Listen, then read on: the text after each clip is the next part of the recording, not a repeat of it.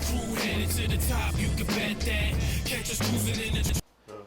All right, what's good, man? This is the Go Get It TV. If you ask me, music and movie culture, where we talk that music and movie culture, man. This is our DMX episode again.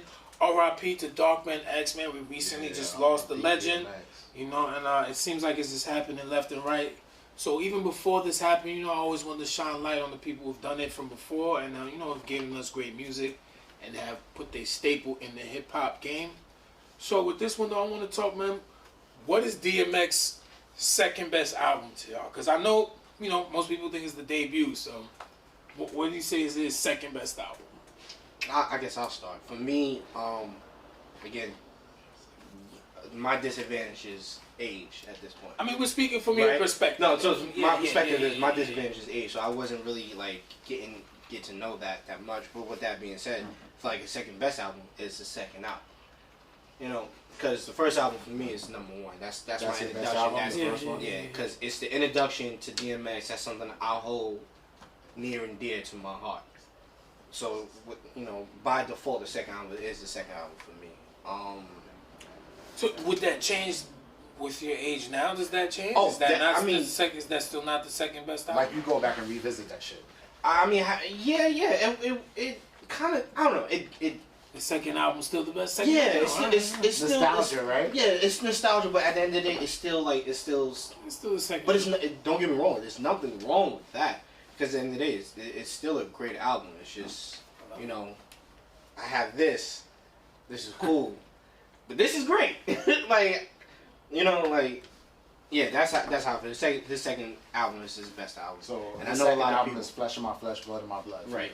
That's the second best album. I'm on board with that. And you know, people will definitely argue like you got Great Depression, maybe as the second best. Some people, nah. depending on who. You're right, because I actually like his whole catalog. Yeah, you know what I'm saying. So. For me, his second best would be "It's Dark and Hell Is Hot," first album. You know, the first album was the second best. To me. Which one's the really? best? I say, and then there was X was the best album. You know what I'm saying? You feel me? That's the third album because he was on fire at that point in time. You know what I mean? So that's the best album? I would say that's the best. You know? you say he was on fire, like he was on fire. No, by the third album. By the third album, like, Earl was on fire, man. Okay. Late 1999. Nah, he was on fire. Ooh, I mean, yeah, I had to pause on that, but you know what? No, that's what it is though, because that's the reason why I asked these type of questions. What makes those two things? Like, what makes that your first favorite album? Party Up. The fucking in here. Every single fucking song on there, you can play it from front to back and be like. At the end, he had some freestyles from some niggas that he signed to like Bloodline or some shit. And DJ K Slade was, you know what I'm saying, they was rapping on old DMX beats. You feel me? Like that shit was hard, man. I think that DMX just found like his rhythm, his cadence, his style, his flow, everything. You know what I'm saying, by the third album. But the first one, he was still trying to figure that shit out, and the first one was fire. I think he had it. That's why that's my second best album. Okay. The second one, you know, the first one is my second best album because it is fire. It introduced us to DMX, but nah, man. And then there was X. Okay. Yeah, I'm gonna roll with that. So, what was some of the? Cause he was featured heavy too before he dropped all this stuff, but just in general, what are some of your favorite features from X though? Either from even before he dropped or even afterwards. 24 Hours to Live, Back in One Piece. Back in One Piece. Who's that? That's a lead. That's the lead joint. Oh yeah. That was. Oh, he could do. Money, Power, Respect. Money, Power, Respect. What you do in life? That's my favorite song of all time. Money, Cash, Hoes. That was it. Money, Cash, Hoes. He made that. All I know is I was hanging out, and when that motherfucker was like DMX, niggas lost their mind. You better be ready. Niggas sitting there losing their what? Yes. Where let a nigga holler? Where? Oh man, shout out to old New York. The whole club knew that. Yeah, the whole verse. You know? My bad. No. That's the energy that it gave off. And these is like, that's why I say those songs, because especially Money Cash Hoes, because he didn't know what the fuck it was. Word. Until he came out. Yeah. Like, he made Jay-Z look like a little nigga on that song. I'm sorry, that was Jay-Z's song. X had you know why niggas, there's a lot of X's, there's different styles of people, but you know why X had the game? Because X had it regardless of money. Niggas ain't even care what the fuck X had. Yeah. It didn't matter. They love DMX, they love what he brought, his style. Hov is a lot of more like niggas want that success. So not this luxury, right? He's like a Big Daddy Kane type of nigga. Yeah, it's like yeah. So I mean, salute to X. What were some of your features you see? Some of your favorites? Me Pull It with Cameron. That song with DJ Clue. All fucking week you've been talking about that drive by.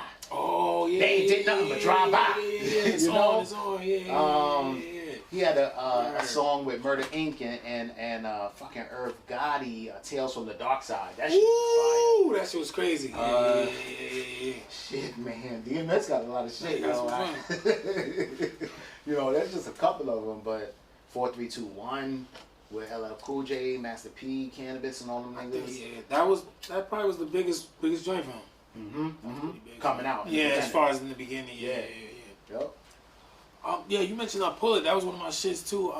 My shit was J.O. Felony and Method Man. Yo, what you wanna do with it? Like that was my shit right there. J.O. Felony. Yeah, wow. that was my shit right there. Like, and X was on fire at that point.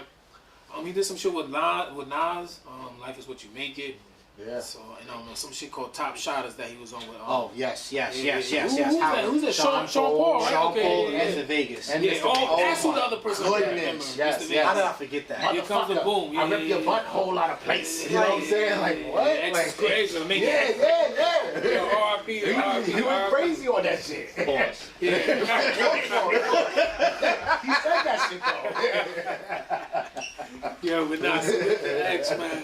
But so you mentioned one song. What are some dope songs that weren't on his album, like solo shits? Not no guest appearance. Like you mentioned, Tales from the Dark Side. That's one of my favorite shits right there. Yeah.